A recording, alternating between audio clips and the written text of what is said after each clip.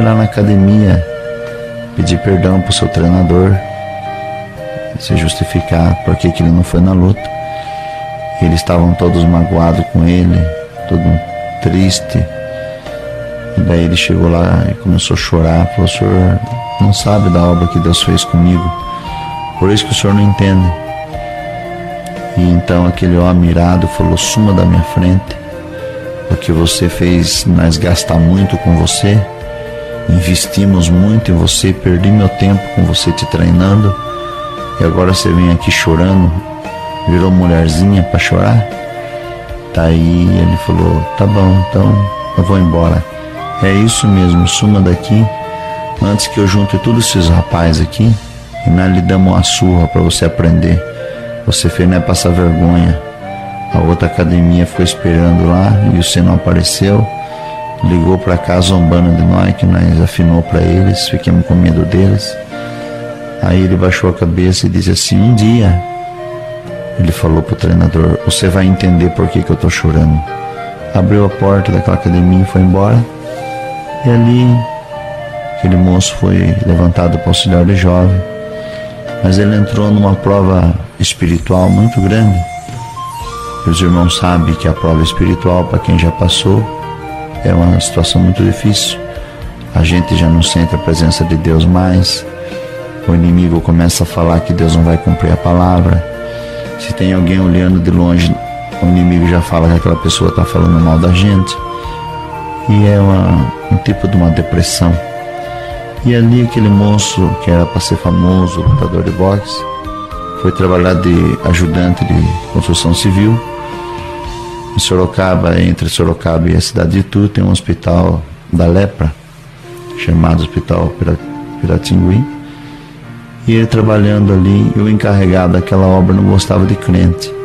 Quando sabia que a pessoa era crente, mandava embora. Ele não gostava de crente. E ele, na inocência, foi brincar com o encarregado. Falou: o senhor não gosta de crente? Não. Mas desse crente aqui o senhor vai gostar. Ah, é? Eu vou gostar? Tá vendo aquela caçamba lá? E aquele entulho? Tô vendo. Pegue um carrinho de mão e uma pá, uma enxada, e enche aquele carrinho até 4 horas. Já era de hora do... já tinha passado o horário do almoço. E ele não ia encher a caçamba sozinho até 4 horas aqui na sexta-feira. Trabalha até as 4 na construção civil. E ele muito triste, aquela prova, não sentia a presença de Deus. O inimigo falava na cabeça dele que o cooperador jovem não tinha comunhão com ele, não gostava dele, e todas essas coisas sucedeu. E o certo é que ele foi pegar o carrinho e a enxada. Quando ele chegou naquele monte de entulho, ele abaixou perto do carrinho, começou a chorar. Ele apalpava seus músculos do braço com as mãos e percebia que seus músculos já estavam murchando, já tinham perdido aquela resistência, porque ele já não treinava mais. E ele começou a chorar e falou: eu acho que eu não vou mais ser crente não, Deus me abandonou, eu vou voltar para trás, vou lá pedir perdão para aquele meu treinador, vou tentar mais uma vez, se ele me dá uma chance, aí eu vou lutar. Deus não está na minha vida, porque olha a prova que eu passo. E o certo é que ele, pensando assim, passou uma enfermeira empurrando uma maca e um corpo em cima, e tinha uma rampa para subir, para entrar naquele lugar que eles levavam os corpos. E a moça não dava conta de puxar aquela maca com aquelas rodinhas no chão. Daí ela disse: moço, estava perto dele, você não me dá uma ajuda aqui? Aí ele: ajudo, pulou aquela mureta, começou a ajudar a empurrar. Mas era só subir a rampa, e Deus permitiu que ele não soltasse em nenhum momento da maca. Quando ele foi entrando naquelas portas, ele viu escrito em cima: sucata. Ali era levado os corpos dos leprosos, que já estavam nas últimas para morrer. Então ele foi entrando. Quando a moça colocou aquele corpo dentro de um quarto sozinho, e ela foi ver outros corpos que já tinham falecido para anotar. E o certo é que uma voz falou com ele, a mesma voz que cercou ele aquela vez, fazendo Cooper, correndo para ir treinar, falou com ele,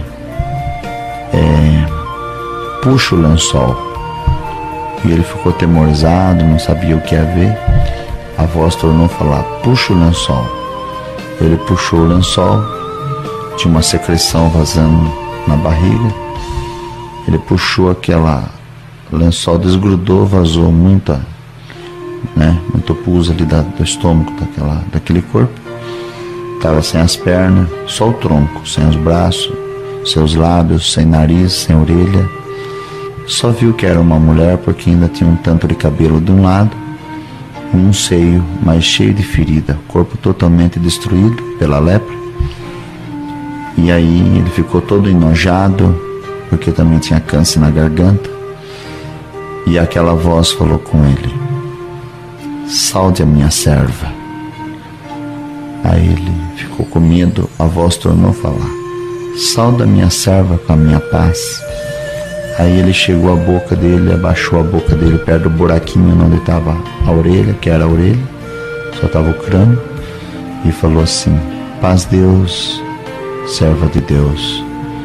Com muito custo ela conseguiu abrir aquele olho lá no fundo, com a pouco de voz que ela tinha, que a garganta estava toda infeccionada, respondeu, amém, servo de Deus.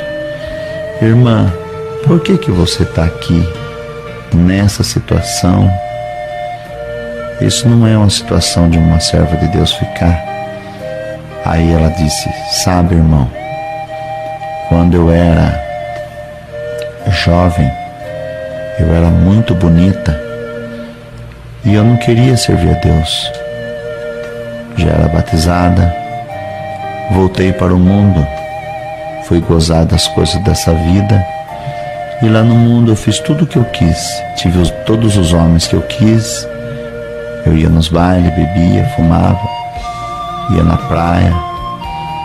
Aí um dia eu fiquei velha e o mundo não me quis mais, os homens não me quiseram mais, perdi minha beleza, uma tristeza de alma me tomou e eu então lembrei da congregação e voltei lá para perguntar para Deus se ainda me restava alguma chance de misericórdia. E sentei lá no último banco, não pus nem o véu na cabeça.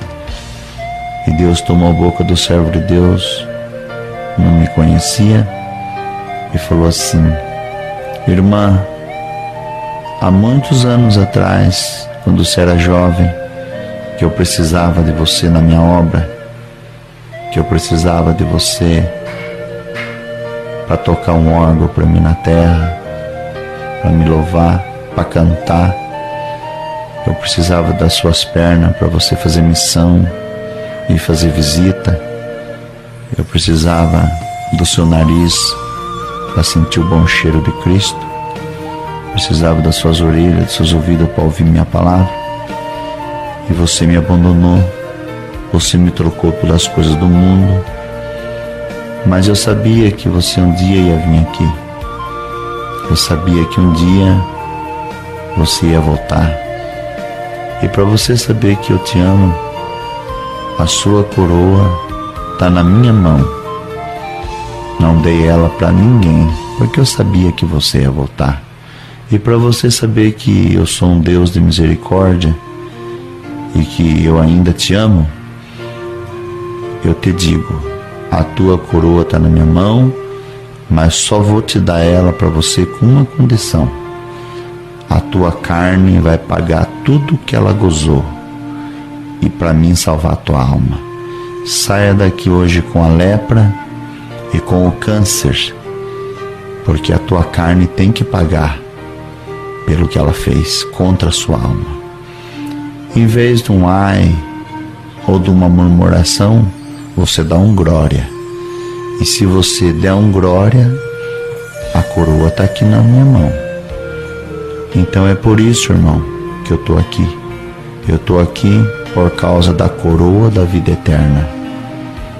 Aí então ela disse, irmão, eu estou cansada, eu quero descansar agora.